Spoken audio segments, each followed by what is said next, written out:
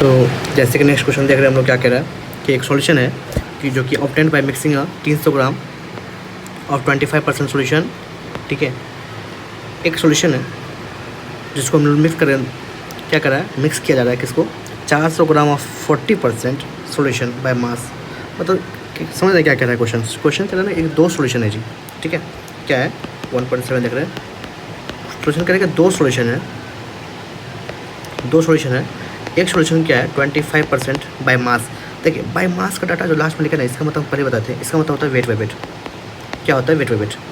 एक सॉल्यूशन ये है और एक सॉल्यूशन क्या है, इसमें दिया हुआ है कितना, तो दूसरा सॉल्यूशन कितना है जो कि 40% बाय वेट है। मतलब इसका मतलब है कि ये सॉल्यूशन जो है ना 40% वेट बाय वेट है बाय मास के।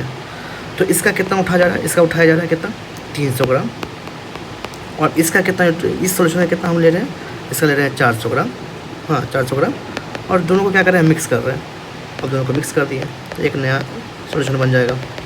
ठीक है, इसको ए बोल देते हैं, इसको बी बोलते हैं, तो एक सॉल्यूशन बन गया जिसका नाम मान लेते हैं सी वो टाइप का। ठीक है, तो दोनों सॉल्यूशन को क्या करिए हम मिक्स कर दिए। सॉल्यूशन का मास कितना हो जाएगा 300 ग्राम और 400 ग्राम, तो टोटल मास कितना हो जाएगा 700 ग्राम हो जाएगा जी। 700 ग्राम हो जाएगा मास इसका। अब क्या कह रहा है, हमको निकालना क्या, तो कह रहा है कि calculate the mass percent of resulting solution. देखिए मास परसेंट पूछा है ना, तो क्या है सॉल्यूशन के मास हमको पता है और मास परसेंट की बात कर रहा है कि सॉल्यूशन का मास परसेंट क्या होता है। तो इसका मतलब देखिए क्वेश्चन का लैंग्वेज समझिए, ये क्या पूछना चाह रहा है आपसे, पूछना चाह रहा है ना कि इसमें जो सॉलिड प्रेजेंट है ना उसकी मास परसेंट की बात कर रहे हैं। तो क्या होता है मास परसेंट किसी कंपाउंड सॉल्यूशन का, तो सॉलिड अगर खुला रहता इसके अंदर हमारे सॉलिड है, तो ये mass of solid by mass of solution, mass of solution into 100 अगर कर ले तो ये परसेंटेज में कन्वर्ट होता है।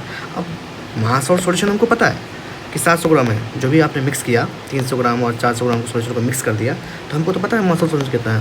तो हम लिख सकते हैं mass of solid by 700 into 100।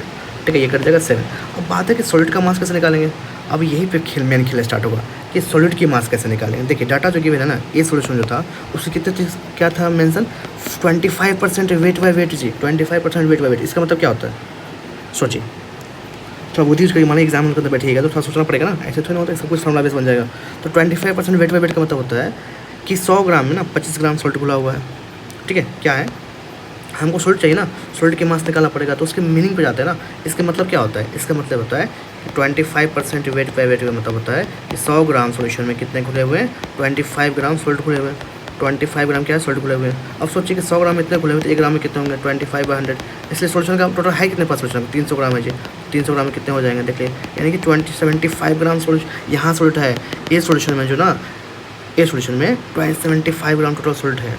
इसको देखिए कितना हो जाएगा, तो इस पर डायरेक्ट आप बोल सकते हैं 100 ग्राम सॉल्यूशन में 40 ग्राम सॉल्ट है, इसलिए एक में कितने होंगे 40/100 ग्राम होंगे, इसलिए कितने में 400 ग्राम की बात करेंगे तो 400 ग्राम टोटल सॉल्यूशन है आपके पास, तो कितने हो जाएंगे 80 ग्राम, सॉरी 160 ग्राम।